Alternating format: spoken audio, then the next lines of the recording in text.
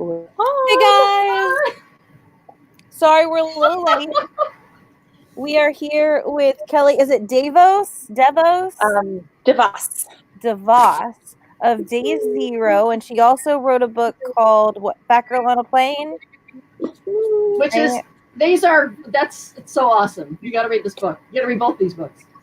Well, I started this one yesterday and I was going to finish it, and then I kind of went to sleep instead. So I'm like 26 pages into it. So I'm going to read this one for tonight, for the rest of the night. But the first 26 pages is amazing. Oh, thanks. That's good. May I just say that I think that Kelly is like the Meryl Streep of writing. Meryl Streep can actually really fall into completely widely divergent characters and pull it off brilliantly. I am amazed by Kelly's range. I can never tell what she's going to come up with next. Usually authors stay kind of in the same genre, kind of in the same, the same type of thing, which is great. It's wonderful. But I'm amazed when authors can write something completely different after they write their first book and then do something completely different again. And I know only a few authors that can do that, and Kelly's one of them. So, Laurie, thank you. You know I love you so much. So I'm amazed. And I'm very excited to know Kelly and also get to talk to her face to face. I know, it's so exciting to see you guys. Well, guys, of course, as always, if you have any questions, you can add them to the comments or tweet them out to us. I will find them. Our first one is just from Allie. She says hello. Hello. Oh, I'm frozen. I know. I guess I'll see you. Yeah, I was up there for a moment. Yeah.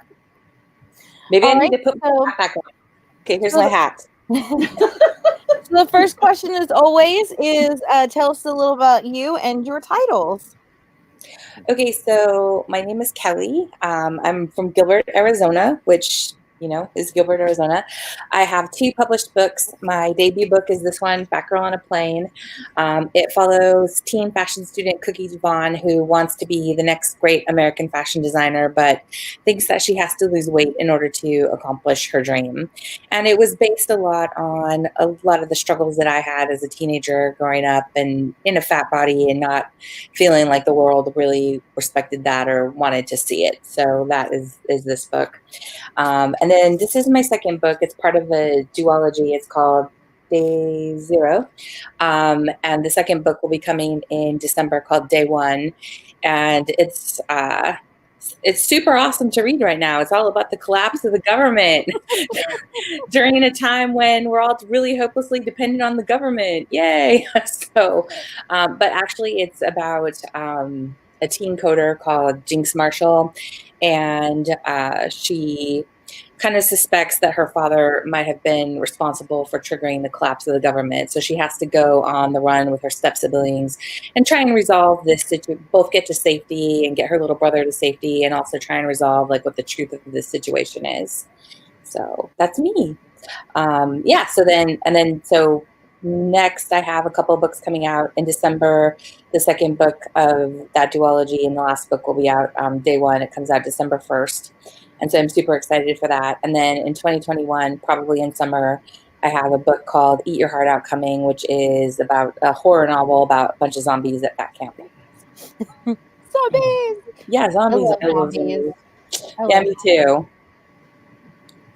Do you see what I mean about range? You see what I mean? Jessica? Right? I'm doing all the things. Yeah, all the things.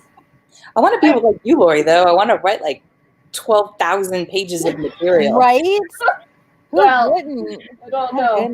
You don't need to write 12,000 pages when you write something so brilliant every single time. So please. I love the Fat Girl on the Plane in particular. I mean, I love both your books that I've read, but you've got to read, Jessica, you've got to read that. Anybody watching this, you've got to read that book. It's amazing on every level. It not only is I thought, a great message of body positivity, but I wanted to buy a sewing machine and get started learning how to put together clothing. The love that I'm assuming you have for textiles and fashion design just comes through in that book. And I'll just throw out my own question. I'd like to know, if that's something that you love and that kind of. It seemed like it came across in the book. What your own background in fashion design is. Yeah, I really loved it. I did a lot of clothing construction and different kinds of sewing classes all through high school. So I think that that kind of inspired me a lot.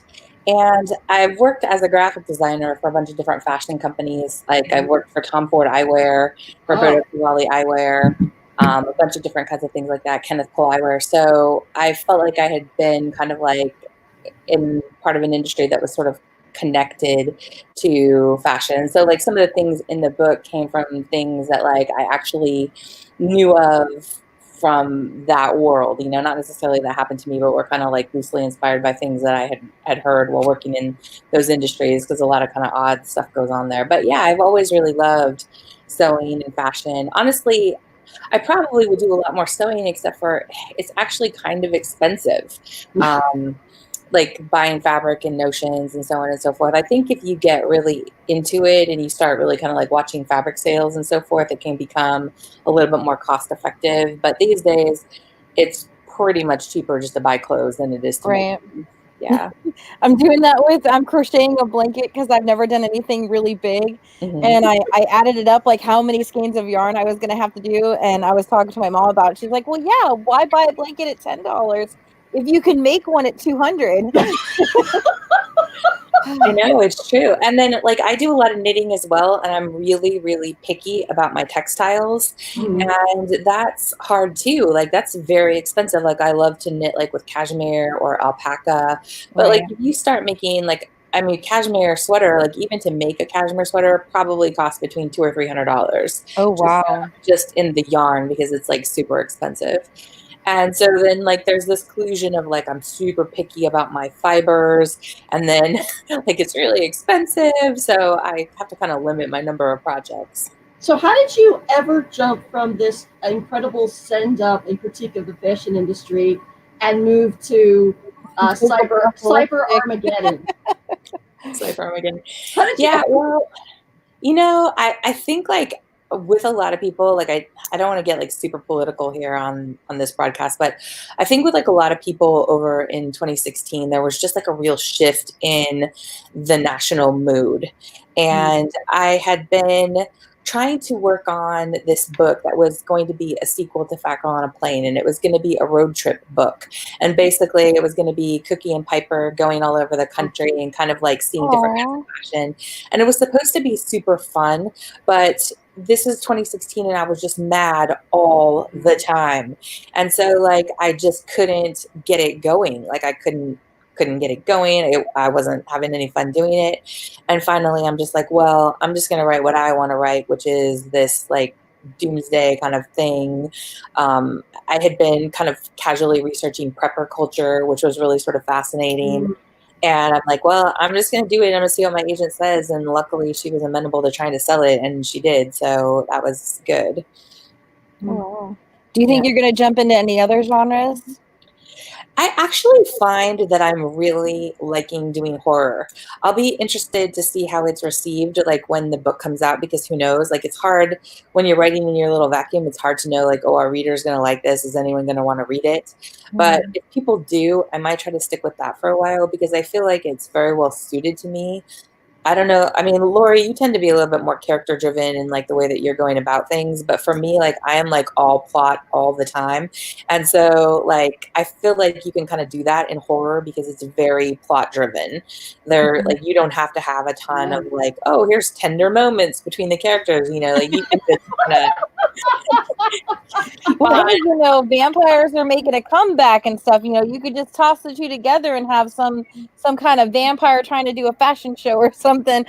Yeah, so the backstory of most writers is I think like 90% of us have a vampire novel. So I have one. It's a Oh, please publish that. I want to read your vampire novels so bad. yeah, it's really bad. Like, okay, so, and I always try and tell people whenever they get disheartened, like if you're a writer out there and you're thinking like, oh my gosh, you know, I mess everything up, like I do everything wrong, like don't give up, take heart. I had this teen detective vampire novel. It was my first book, and I was trying to query it. It was 140,000 words, which is fine for Laurie, but for most of us, we do not publish books that are 140,000 words. Like that's crazy, right? Like most YA books are somewhere in the neighborhood of between 80 and 100,000 words, and 100,000 words is long. So I had this book, it was 140,000 words, it had this like whole thing of like this vampire family, and I had in there like all of like the history of their family and where they lived and where they came from.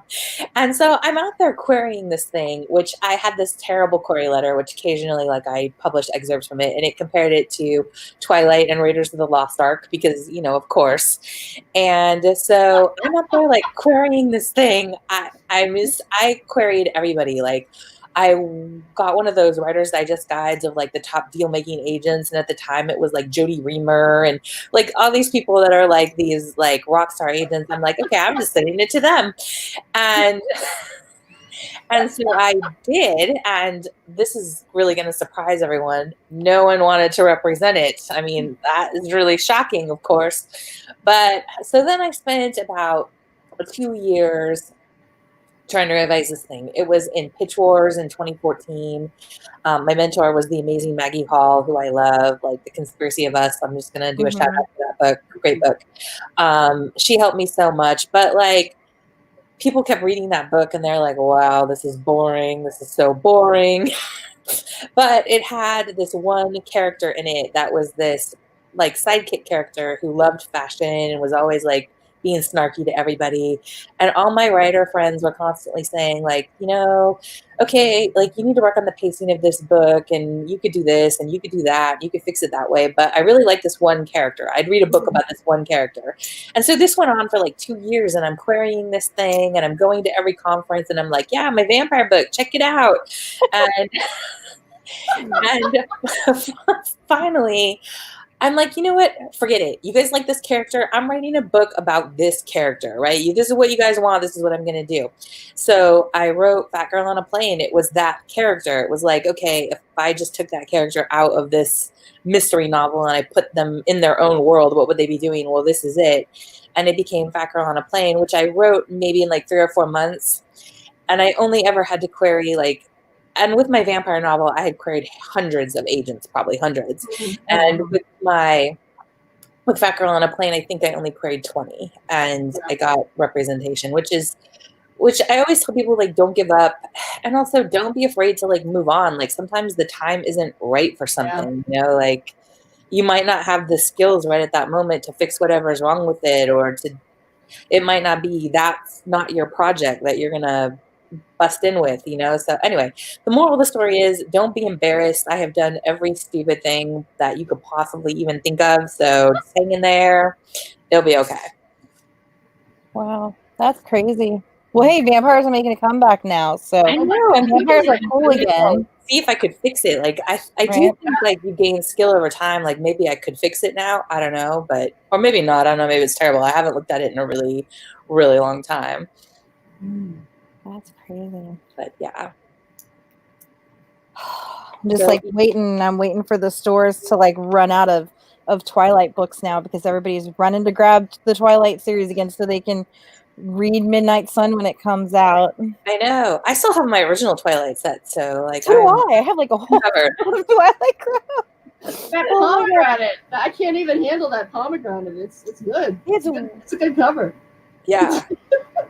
I've seen massive cover on Facebook about that cover. Like some people like it, some people don't like it. I just thought it was kind of a weird choice. I like it. I think it's very sexy. Right. Yeah, I mean, it's definitely like in line with the other ones, which like I have to be honest with you, were not ever like my favorite thing in publishing. Like, personally, like I get what they were going for, and I love the books, but like I wasn't ever like in love with those covers. You know? Right. Yeah. If you had to pick a cover, it's probably a difficult question, or one of the covers that you love, what would you pick? I like your covers, Laurie. Like I think your covers are awesome. Yeah. Oh my God. I was messing with the cover of the for making up the post for the Iron Flower the other day, and like my computer highlighted it. You know, I never realized that there was trees in the back of that cover. Oh yeah. I love the cover from Day Zero and the sequel as well. I think they did a great job with that. Day One looks good too. I saw that on. Day One looks good. They did a really good job. Did like they kind of really good colors? Those are great covers. And it's funny because they always ask you, like, do you have any ideas? And I sent them in what my ideas were, and they just like totally ignored them. But they did was like much better than what I came up with. I'm like, wow, I'm really glad you guys did do what I wanted, because this is much better. It was even better at first. When I went to Barnes and Nobles to buy a copy because I wanted my own, hardcover. I just stood there for just a moment looking at it because it's so good. I really do think we're kind of like in the golden age of cover design. Like, so many of them are just amazing. I know. Yeah. I mean, oh my goodness, yes. Yeah, to the point of like where I even think like it's hard. Some of them are just like so good that it's even hard to kind of like stand out among good covers, because like some of them are so good. J0 is different at day one. They stand out. They really do. Unique. Yeah, they did a good job. I think they did a really good job. The team of designers over there, they're like so talented. So. Yeah. I've noticed that a lot of the covers this year, it always has like a guy and a girl on it. Mm-hmm. Like a lot of them are doing that now. They go in themes. They seem to go like you see the same cover everywhere, and then do you remember the year like there were 10 million blue book covers, and we were like, oh, I guess it's a blue year. Well, I was in titles. I was looking through how many books have shadow in the title. And it was right. Kind of and now I kind of feel like we're in the illustrated cover phase, like at least for YA, and even for cross market, like adult romance novels. Like you see a lot of like illustrated covers for those too. I feel like that's kind of like where we are. It's interesting because like they just started sending me some of the cover information for Eat Your Heart Out, which I think is going to be really like what they want to do is really, really cool. So I'm super excited. Are you able to share that, or do you want to keep that under wraps for now? Well, I don't have anything concrete, so I can't really share it, but they are going in more of an illustrated direction, and I think it's going to be really, really cool. They chose they were trying to get really cool illustrator to do it. I don't know what the outcome of the discussion is going to be, but I'm super hopeful that she'll do it and it'll turn out great, and it'll be exciting. Oh, awesome! I can't wait to see it. I love zombies. Yeah, I never want to be a zombie, but I love zombie books. Yeah. I can't wait to read that book. You got to read Fat Girl on the Plane. That is a very, very smart, funny book.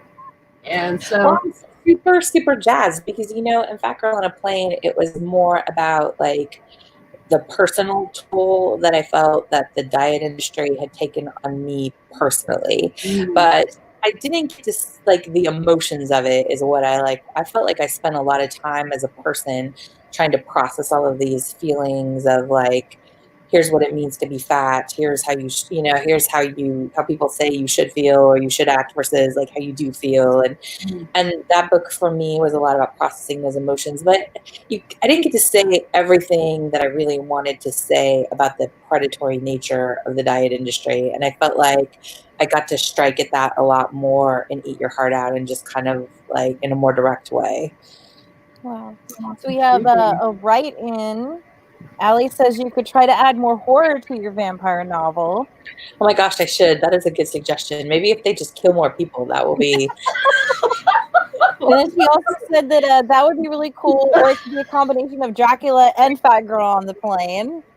Yes, that's right. That is true. I should do that. I should look I would 100% buy that novel. Yeah. Fat Girl on a Plane with some vampires. Absolutely. Yes.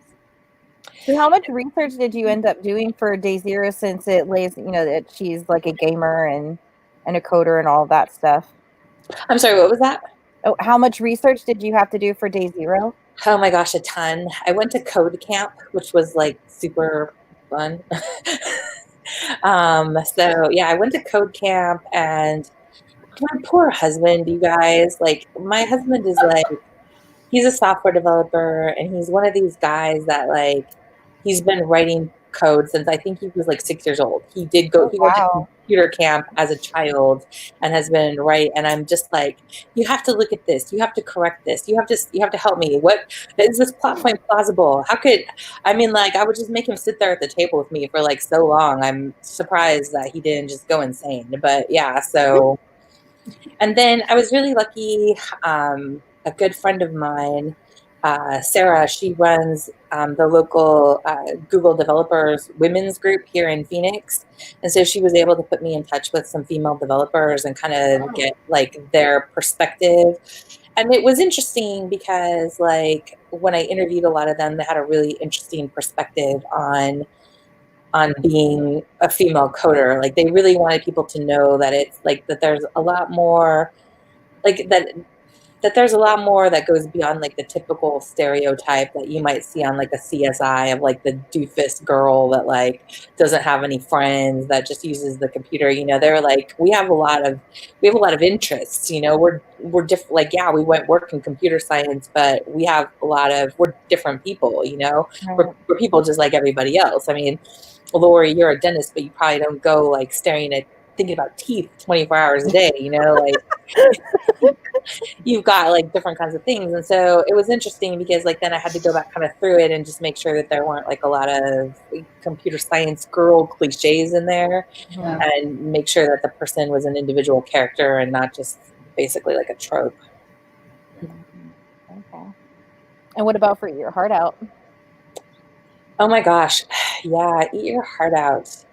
I had to do a lot. Like, I can't really say like what it was without getting into like really spoilery stuff, but I had to do like a lot of research on like genetic testing and so on and so forth. And like it's the part of the thing like happened. Part of the book takes place during a blizzard, which was actually like, you think like Arizona doesn't have blizzards, except it does. And because we're Arizona, we're so poorly prepared for inclement weather that even if it wouldn't be very serious in another location, it's really bad here. And so like where I got the idea originally for Eat Your Heart Out was my husband and I were trying to go away for our anniversary, which is in February. And we wanted to go to this little bed and breakfast. And so we're driving up there to Flagstaff and there was a blizzard.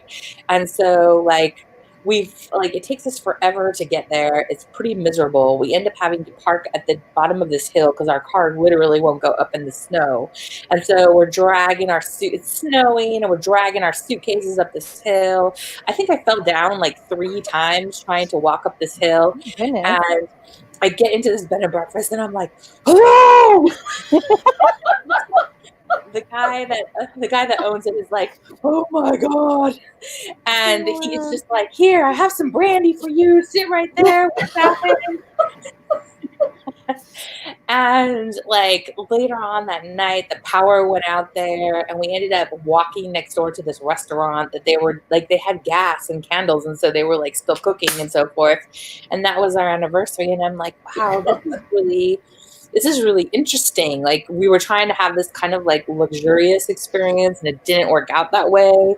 And then there was the fact that like there was this kind of like interesting juxtaposition of it being Arizona, but also being tons and tons of snow, which you don't really expect.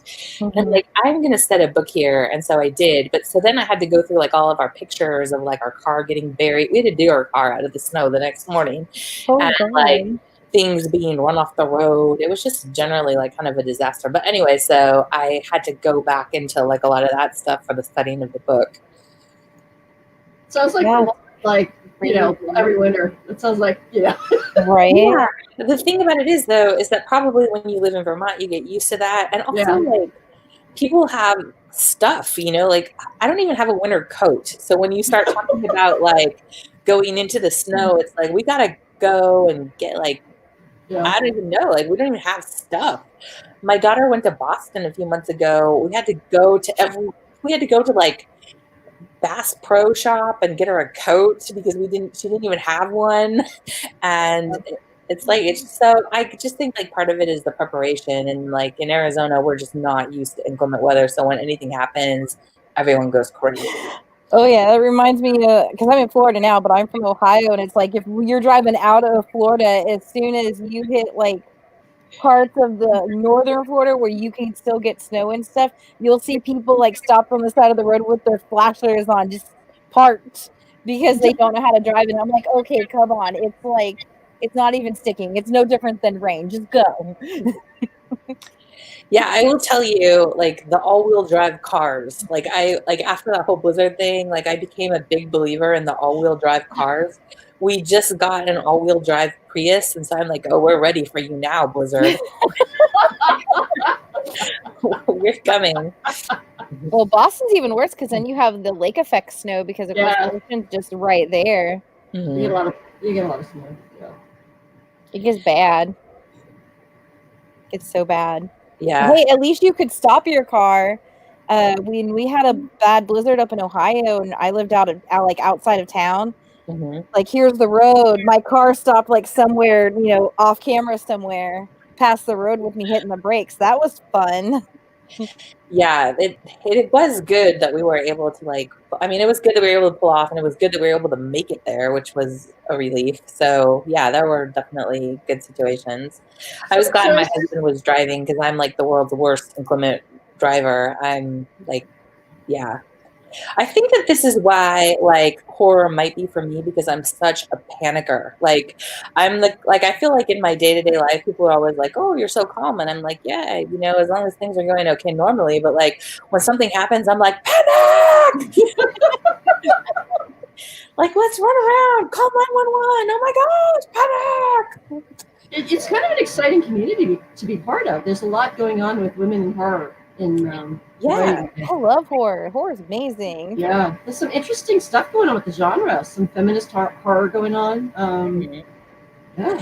Yeah, I've been trying to do read a lot more widely in that genre, obviously, and also I have a harder time watching horror things. I'm trying to do it more, but for some reason, it just kind of torments me a little bit more. Particularly things that are just grisly, Saw and things like that. I do okay with the more psychologically grounded horror kind of films and movies, but the things where it's just people chopping off their own arms and legs, or it's just that freaks me out. I don't know. So, well, have you seen The Babadook? I don't know if I'm saying it right. Oh my gosh. Yes, that is scary. That was by a woman. It was really. What is it? The Babadook. I am very easily scared, so I couldn't make it through the whole thing, but it was very well done, and it's from a feminist perspective. It's really kind of meditation on the dark side of motherhood, is my understanding. Yeah, and mental health issues, I think, too. What is it called again? The what? The Babadook. Have you seen The Babadook? Babadook. Women are doing some very exciting things with this genre. Mm-hmm. Yeah, it is really interesting. Yeah, it really is. Oh, it's on Hulu. I can watch it. Yeah, be very afraid. It's frightening. It's scary. It's very scary. Yeah, it's. But I've read a lot of the reviews are interesting to read, as well as what the people involved in the production have to say about the inspiration behind it. It's really cool. Yeah, that is true. Yeah, that's a good one. So I love all the haunting movies, and my kids we've seen all the Annabelles and all of the ones dealing with that family, and I forgot what their names were. They would go in and investigate all the different paranormal hauntings and stuff. I love all that stuff. So did you guys watch Marianne? You have to watch Marianne. What is that? Marianne is on Netflix. Okay, so Marianne is this show on Netflix. It's in French, but it has subtitles. I guess it's actually dubbed. Never mind. And it's dubbed fairly well. So it's dubbed in English, but it's originally filmed in French. But it's basically about this. It's kind of funny. It's about this horror writer who's really this best-selling, really famous horror writer, except you kind of find out that the things that she's put in her book are real things, and she gets lured back to her hometown to deal with this actual witch whose name is Marianne that was the subject of her book, but that is really alive. Yeah, that's it. That is, but who's really alive in this little tiny coastal French town. So creepy.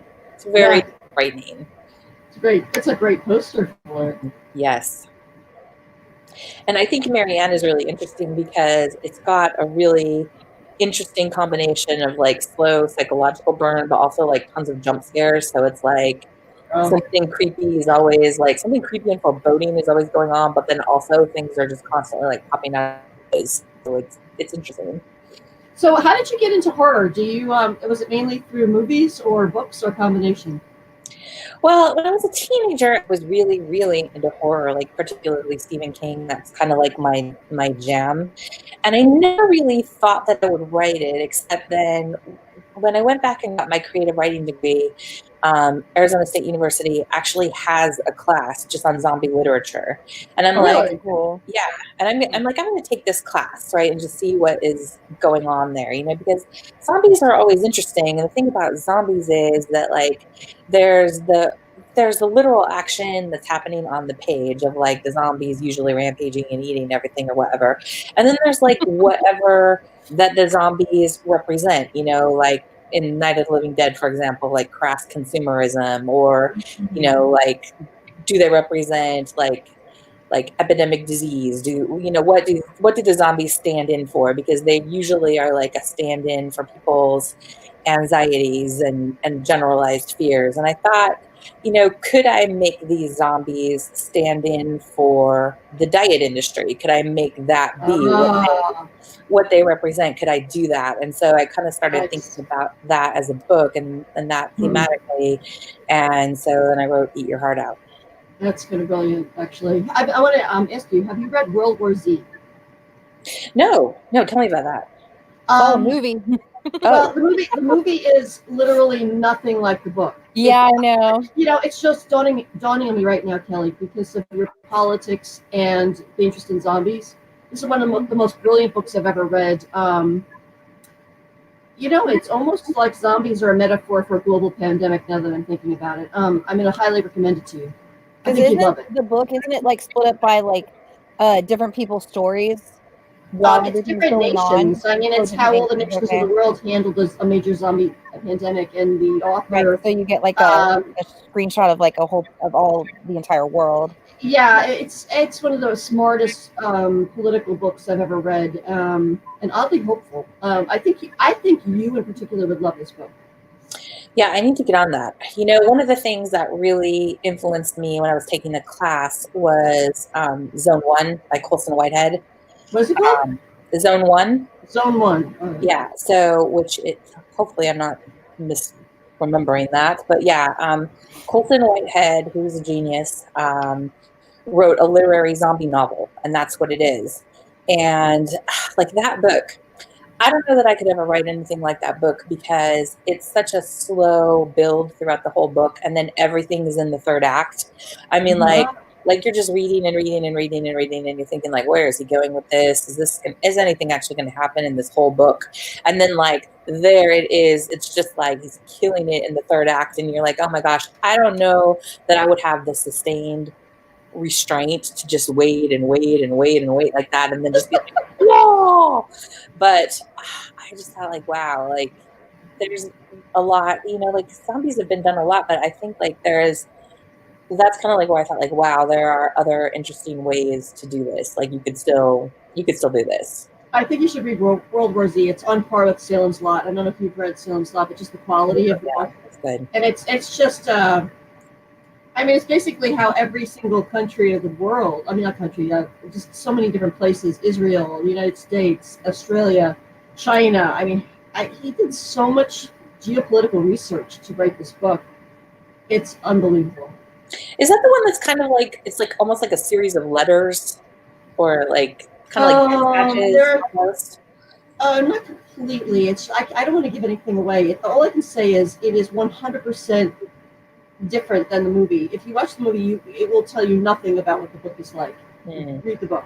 It's so good.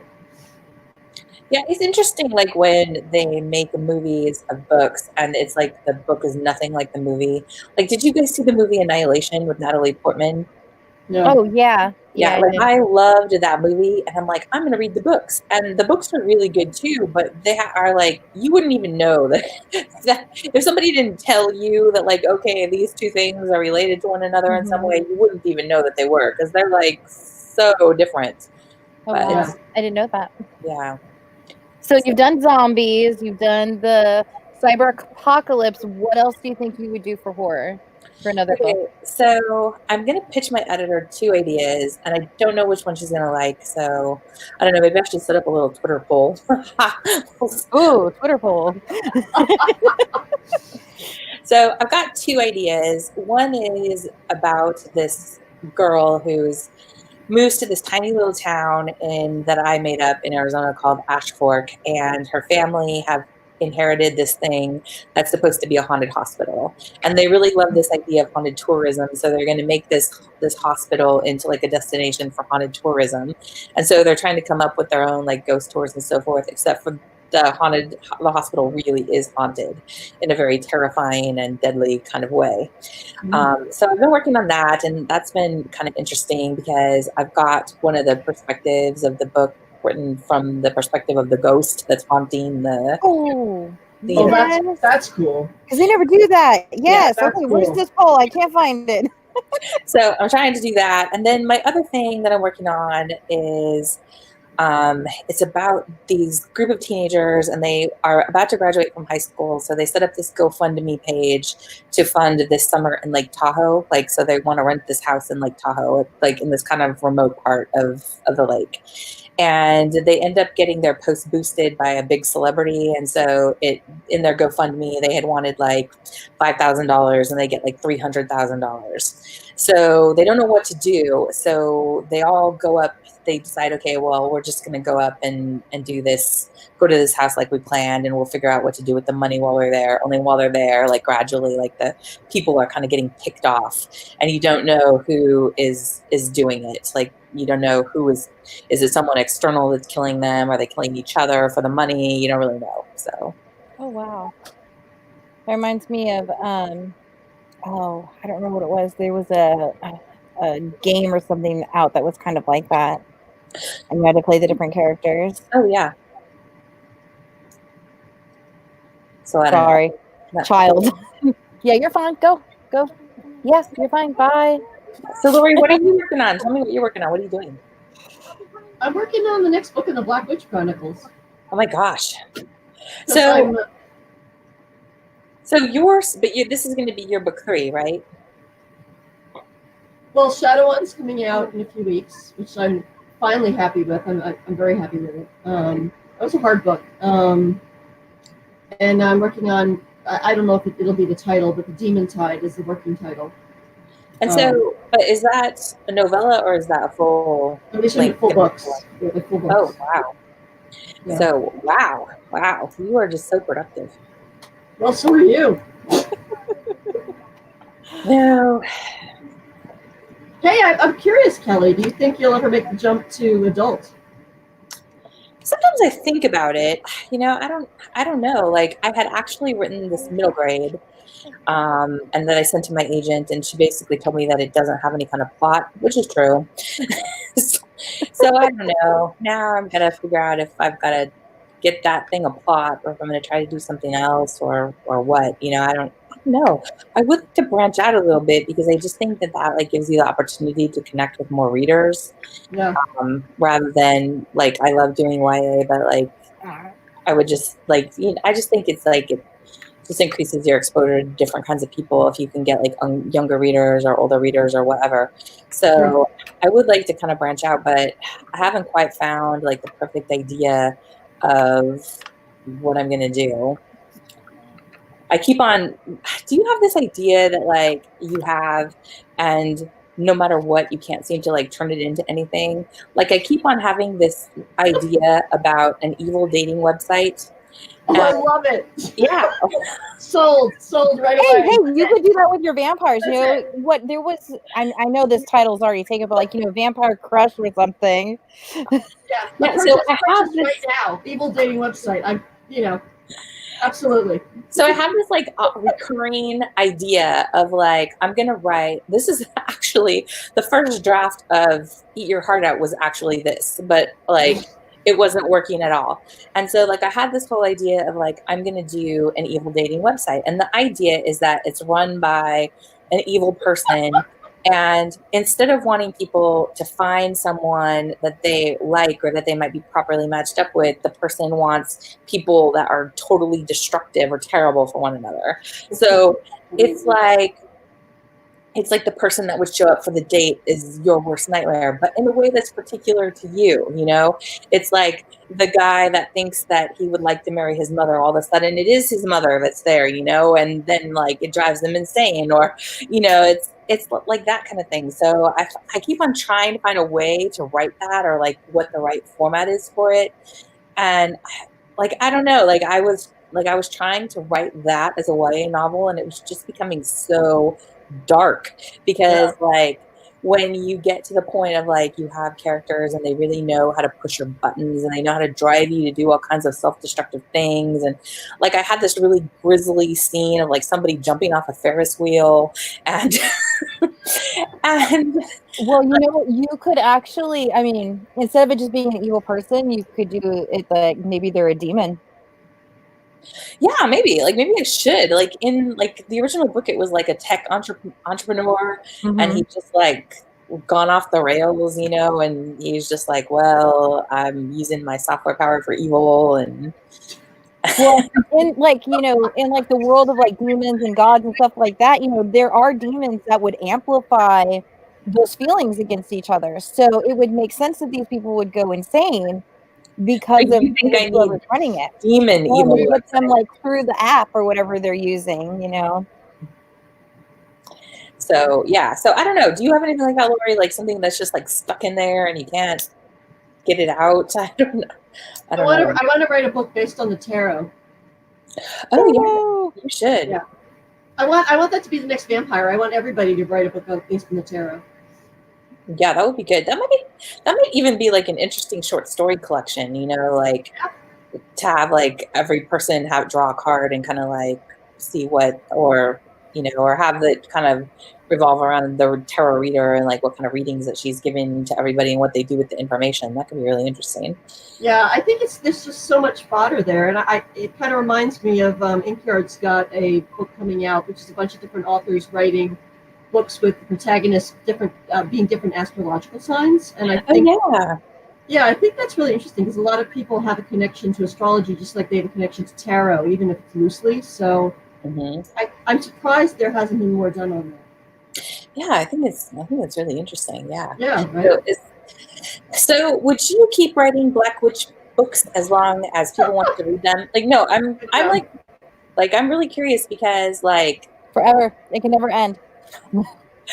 Go on forever. There's enough side characters in that you can just, you know, write it forever. But it's true. And the centralized idea of a school for witchcraft, like you could go on with that for eternity. Like you could just introduce more characters, you know what I mean? So it's like you could keep that going forever. But would you? I mean, like I find that Cassandra Clare. Yeah, exactly. But I often wonder about her. Like I wonder how she keeps focusing on that. Like, you know, like, do you get to the point where you're just like, wow, I'm just going to kill all those characters? Or there's just a mass pandemic and everybody dies. Sorry. I'm super into the dryads right now, so I'm kind of taking I don't know. I'm veering over the dryads. I love the Death Fae. I love the Death Fae. I would write a book about the Death Fae. Oh, yeah. Yeah, my concept of the Death Fae is that they're not bad guys. They're aligned with the parts of nature that are really unsavory and frightening, but that we need, otherwise the whole environment collapses. They're amazing. I love the Death. Anyway, yeah. I'm still on that same page with Tyranny and the Death Fae. I haven't gotten to go past it yet. I love them. I think I'm secretly gothic. Ooh, yes, that'd be good. Okay, so Laurie, have you ever had them give you a cover concept that you didn't like, or have you just generally liked them all? Well, the first cover, I was just so happy to be published. The first cover concept they sent for the Black Witch was like a stained glass, like a blue thing. And I was just so overwhelmed to have a professional artist send something. I loved it. And Barnes & Noble hated it. And so with Barnes & Noble, well, they didn't like it. They said that they wouldn't buy as many books or something if Barnes & Noble It'll be interesting to see what happens after the pandemic, but pre-pandemic, they had enough power to totally get publishers to change the cover. Like, they could Well, just say, they were right about this one in that, they had a short amount of time to come back up with a different cover. So the artists, that work with Inkyard, came up with the one they have now. And the minute I saw it, I stopped being upset because I loved the other cover, and I realized that was the cover. oh yeah, it's so beautiful. It was brilliant. So does this have any significance, like in the actual book, or did you go through other covers in this one, or?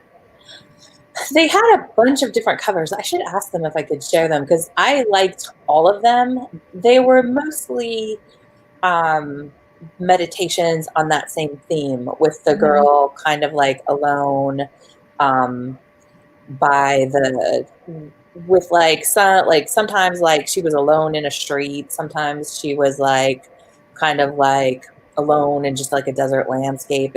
They generally just had that kind of energy to it. Because I thought this was about zombies when I first saw it. Because it doesn't scream, cyber apocalypse. It does scream apocalypse, though. It does scream apocalypse. Yeah.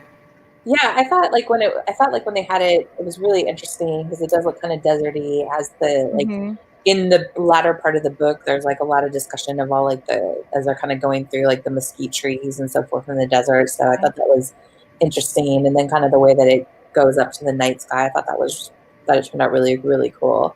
I actually really love the one that they did for day one better because even though I love it so much, I felt like the one in for day one had so much more of a direct tie to the book because like it uses the little lighthouse where like a lot of the action takes place. And isn't it gold?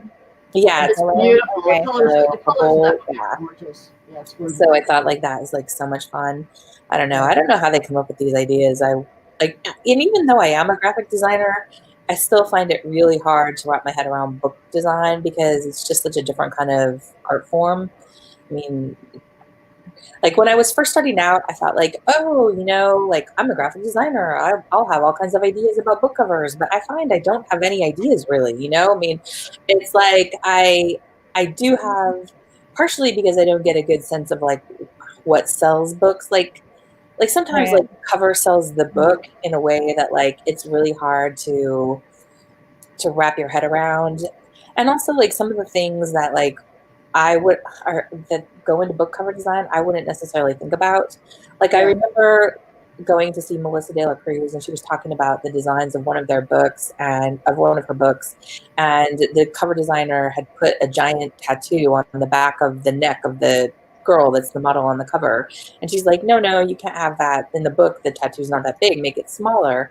And she said that she realized later on that they were right, because like when you were across the store, when you were standing 4 or 5 feet back, you couldn't see what the tattoo was. But so there's like all of this psychology of like, how far do people stand when they're looking at book covers? How do they see them? How do they experience them? I mean, and which is kind of not super intuitive.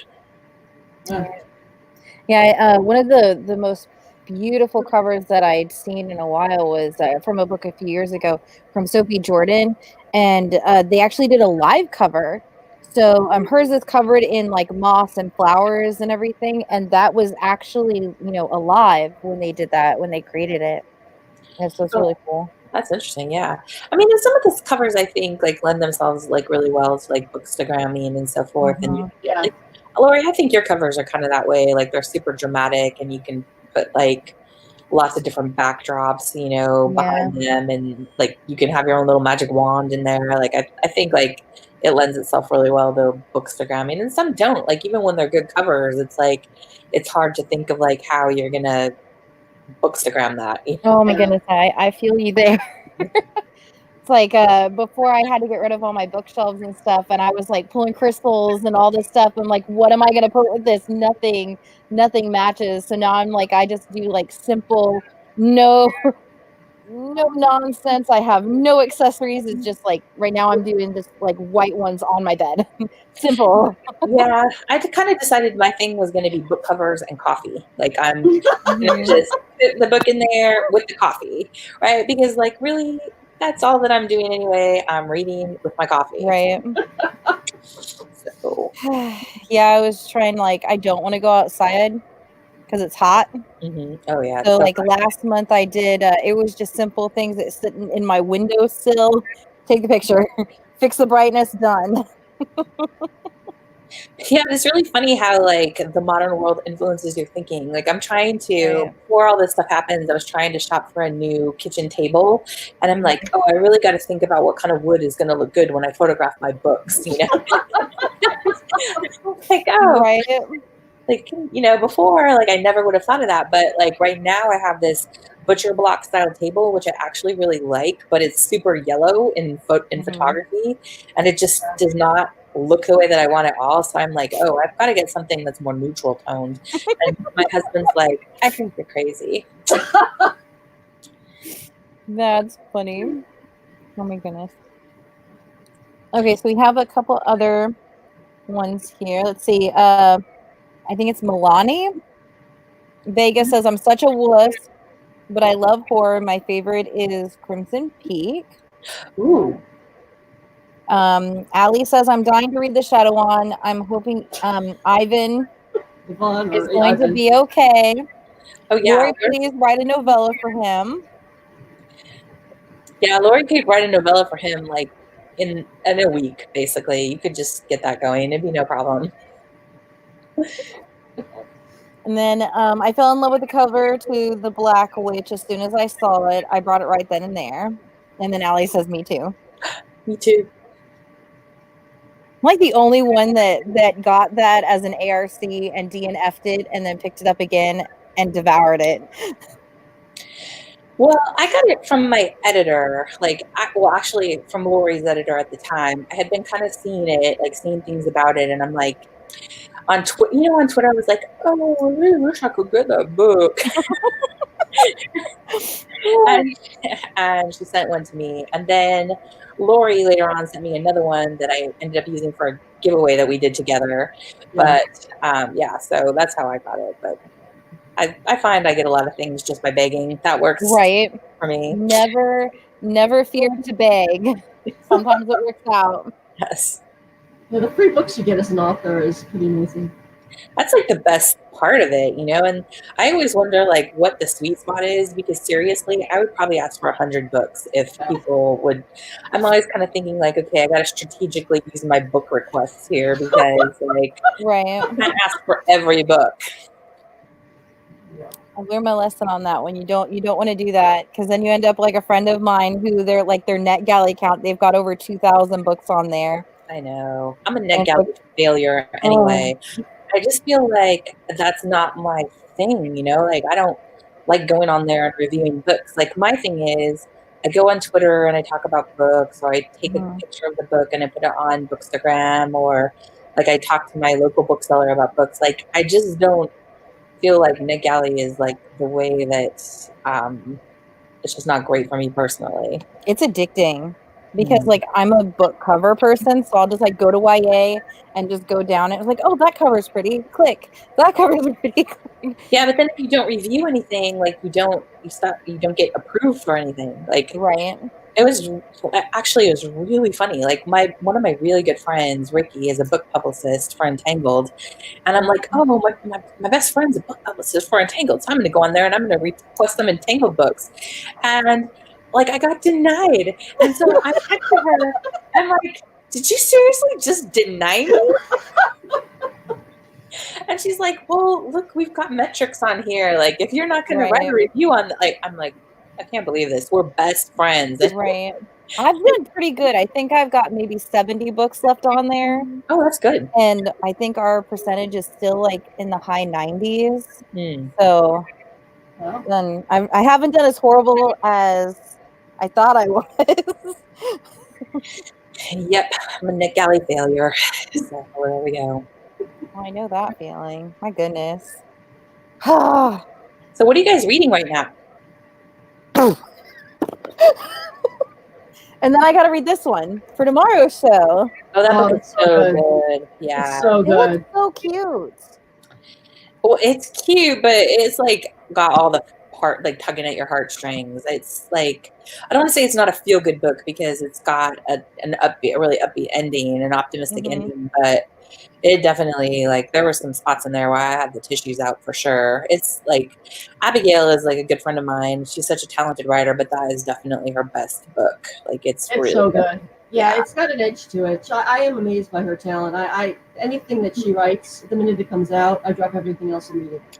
Yeah, she's such a nice person. Like, as a human being, she's just such a nice person. Like, I can't think of anybody that is just kinder and she's just gentle and nice and really sweet to everybody. She's just nice. She's But an amazing writer. Yeah. I think I've turned into you, Laurie. I'm reading like 3 books at once.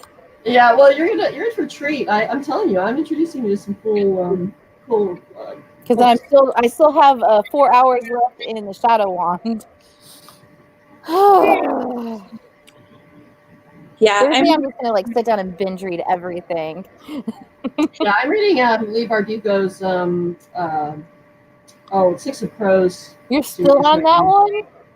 Yeah, I've been so busy writing the next book in my series, and I keep jumping back and forth from book to book to book. And I'm having I have 2 ARCs, manuscripts from author friends that I'm going through, and they helped me with the Shadow Wand, and I'm reading their manuscripts and loving them. So I'm kind of busy with that right now, but Can you share titles or not so much? I can't share anything. I'm not allowed to. Sorry. Yeah. Sad. Well, I'm trying to reread The Grace Year because I just bought that. Oh yeah, it's really good. You're gonna like it. The Grace, or are you talking about it's the pink one with the blood on the cover? Yeah. I love the book.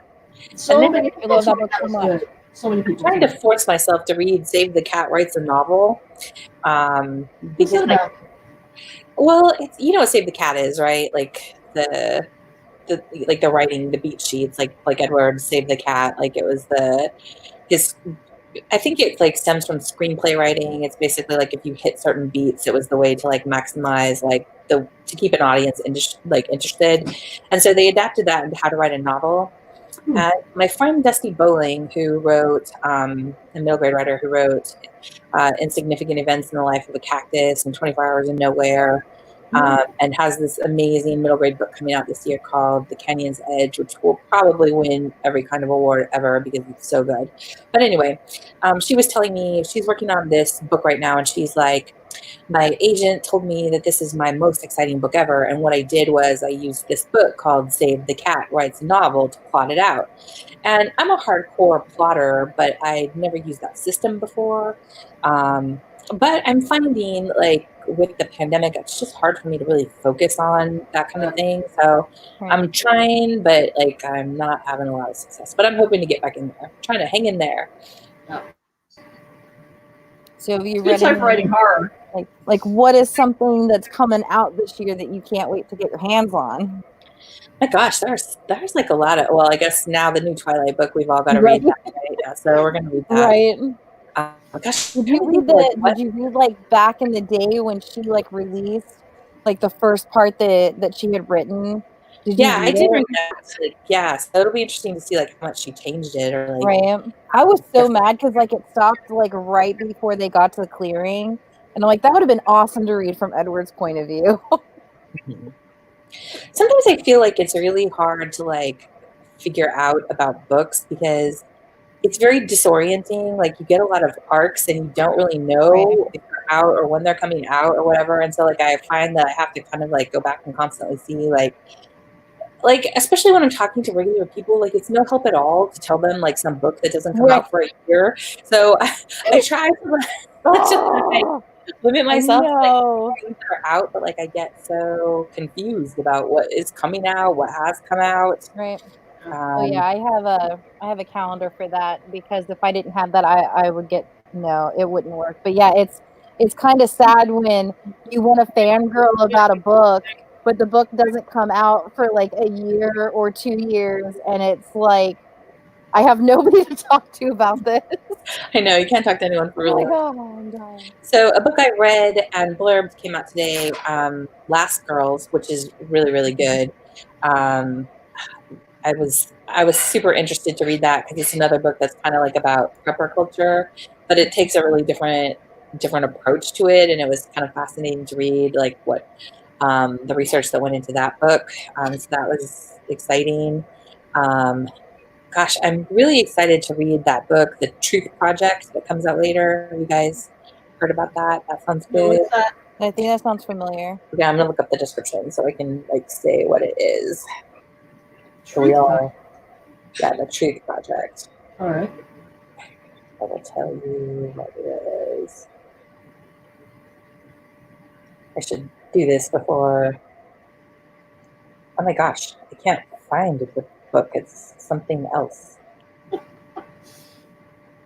Okay, never mind. I'm going to post it on Twitter what the Truth Project is, but I'm interested in reading that. Yeah. When I Google it, something different comes up that we don't want to know about. So. Oh, goodness. Is it a kinship young adult 13-week course? Oh, no, that's a week course. Yeah, no, it's not that. No. Oh, wait, here we go. From Dante Medea. Yes, that's right, yeah. It's a heart-wrenching quest for identity every YA reader will relate to, and a deep dive into the meaning of family. Yes. That's a blurb from Ellen Hopkins. Yes, I think it's going to be really good. We all need to read it. It has a beautiful cover. Everyone needs That comes out October 13th. It does not have a cover as of yet. No, it does. It's like it does. Oh, okay. Yeah. It's not on It kind of got a girl. Not Amazon. Orange flowers. So you'll post about it, Kelly? Yeah, I'm gonna post about it. It's gonna be exciting. Okay. Sounds exciting. Yes. What about you, Laurie? Anything coming out this year that you can't wait to read? Well, I'm going to read Sarah J. Maas's foray into adult fantasy. Oh, yeah. I've got Veronica Roth's here, Chosen Ones. I want to read that. Yeah, is that one for adults or is that one still YA? Adult. That one's adult? Yeah. I just got that one the other day. Mm-hmm. And I've got like a hoard of books from the used bookstore because we're going through and scanning all the inventory in. And I keep seeing stuff. Oh, this looks interesting. I'm going to grab it and read it at the house. You are going to have all the books hanging around. I got everything. I've got the books that were based on Rosalian Isles. I grabbed the first one of that.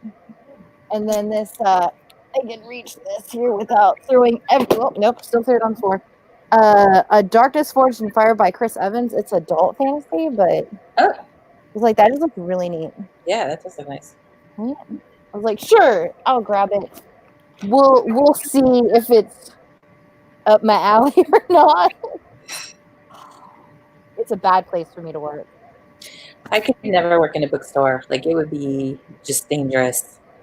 It'd be very, very dangerous. It's like, give me I've started Nevernight. I really like it. I just want to finish Lee Bardugo's books first, but Nevernight's very dark. Very, very well written so far. Right. And it's getting turned into a movie, so. Oh, okay. Look at that. Get to see how well they did all that one. Well, I am out of questions. Thank you so much for coming on the show. Guys, make sure to join us on Thursday at 7 p.m. for Abigail Johnson. Oh my gosh. Every other weekend. I'm meeting all the Inkyard people this week. So. Right. I know. That's super fun. It's going to be fun. Yeah. I'm going to come hang out with Abigail. That's going to be fun.